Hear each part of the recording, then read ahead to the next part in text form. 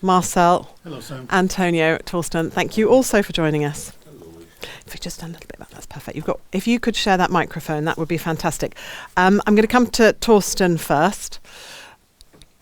And if you just move in a little, Thorsten, that's just a touch. That's great. Thorsten, are there, and once again, we've had lots of questions coming in, so all variety of subjects to cover here. Are there plans to establish working groups in other countries in EMEA? And if someone wants to help drive this, what must they commit to, and what do you need from them? Yeah, so we always need volunteers, and we're always happy to have people on the ground, and it's not only because of the language skills. It's always great to have really people speaking the local language because it makes life easier. Let's be very open and honest. We speak English, but speaking in the native language is always easier, So, and that's the reason why we always look for volunteers to be really our eyes and ears on the ground.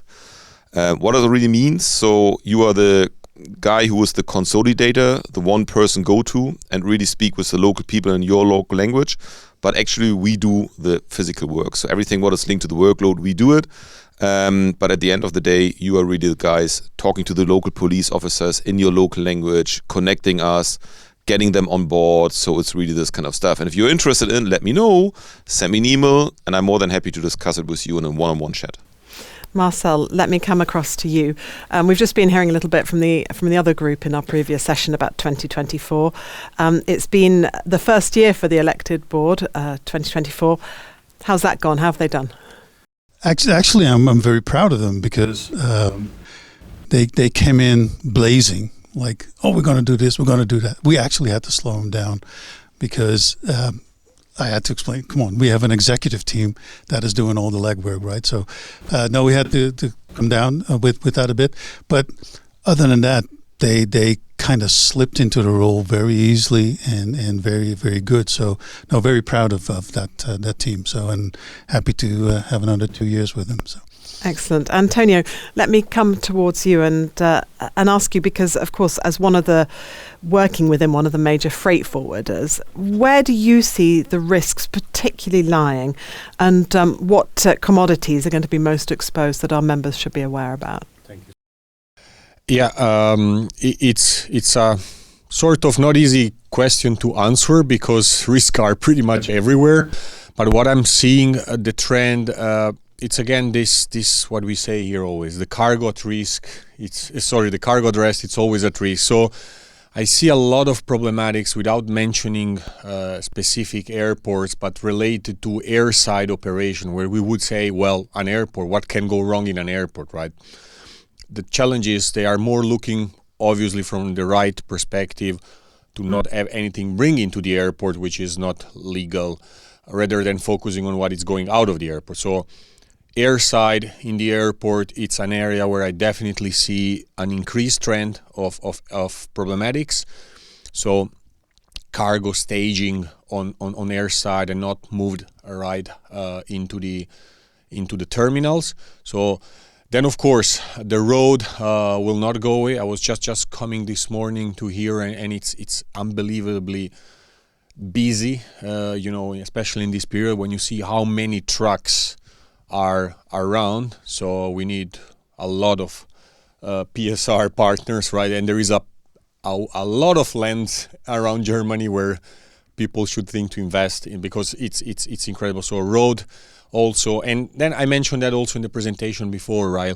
Rail and ocean tend to have similarities, right? Cargo staging with not adequate controls, it is a problematic. And again, also the fact we are living, as I said, in unprecedented time, disrupted supply chains, multiple routings to get to where you are supposed to deliver, lacking visibility. So those are all elements which increase the risk, right? But again, if you ask me one to focus, it's really move your cargo quicker from terminals to wherever it is your in airports to your distribution centers or whatever it is.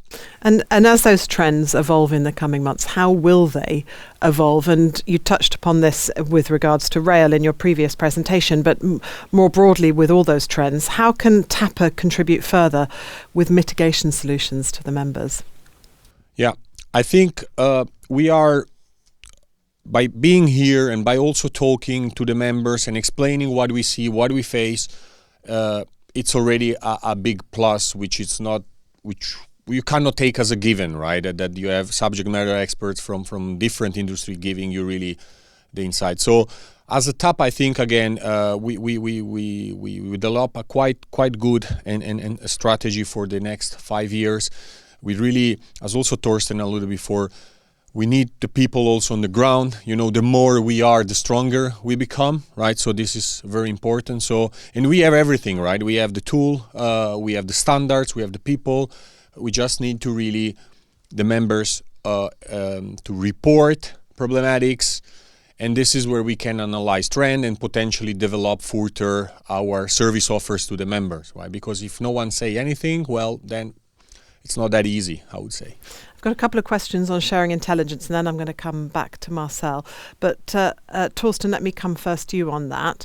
You often ask members to share incident intelligence and to adopt the TAPA standards, often, a lot.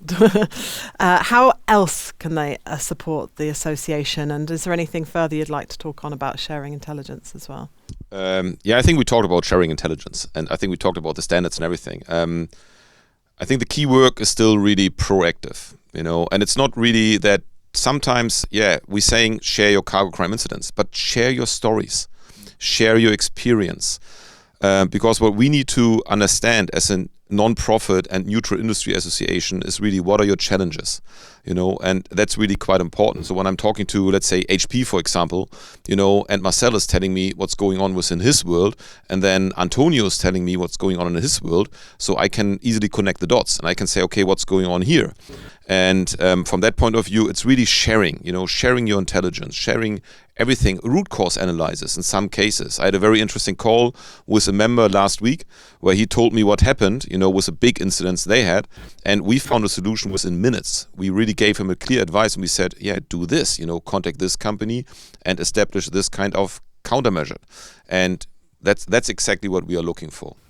Is there anything I could see you nodding along, Antonio? Did you want to add anything to that? No. No? Okay. Absolutely. You said it all. Let me come to you, Marcel, a little bit, because at every conference we're hearing the wonderful news about how the association is growing. But does that come with challenges as well? And if so, how are you dealing with the growing pains, and what are they? Well, definitely. When you're, like us, a victim of your own success, then you have challenges coming up to you. We already started that years ago when we kind of changed the organization with an executive team and an elected board. And we were all kind of running into walls like, okay, how does this work? How does that work? So, definitely falling down, getting up again. And what I've seen is that, especially compliments to the executive team, is that they go out to subject matter experts, they go out to external, and sometimes within our own client, our own member base, and you need to be aware of the problems you can have as you get bigger and more visible. Sometimes, and it's a luxurious problem, but then it comes, someone from Brussels comes knocking on your door. Hey, we need your advice because you're representing a large part of the supply chain industry. And that is being the victim of our own success. But I can only say that the association is dealing with it very, very good and showing that. Another challenge, which is our conference coming up, our 25th anniversary, the challenge is where do we leave all the people? Because getting bigger and bigger is one of the challenges, but he's very good at it. So there's one thing I want to mention on the previous question, which I forgot, and it's unforgivable, but I'd like to wish Björn Hartong, our board member, who is not here today because he had surgery, and he's literally trying to get up and running again. So Björn, good luck with that, man. So. Thank you, Marcel. Let me just stay with you for a final question.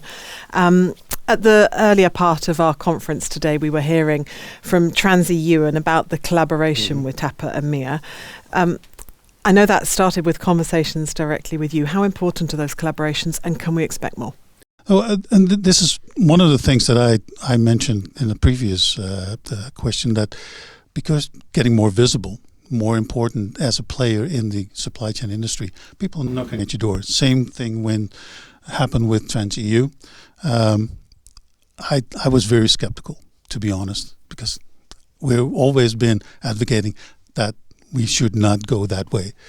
But we also see that the demand from the industry is to have more flexibility, but still have the same security. So that's when we started the conversations, and I must admit again to the team, kudos for having this established. And of course, and I'm sure there are already things ongoing and cooking, but yeah, until things are sure, we cannot share it. But yeah, always looking for cooperation, because you can never do it on your own. So. Let me come finally with a quick question to you, Antonio, and then I'll finish with Thorsten. Have you got any particular focuses looking a year ahead to the year ahead, Antonio? Is there an area that you'd particularly like to be focusing on with TAPA EMEA? Yeah, I think getting more engaged, meaning being more close to the members, listen them, but of course at the same time getting their inputs, right? So I'm a relatively easy person and very easily approachable, so I'm really happy. I would really love to have more interactions with the members, right, as well. So if you ask me where I would do better, probably, or become better, yeah, that's of course.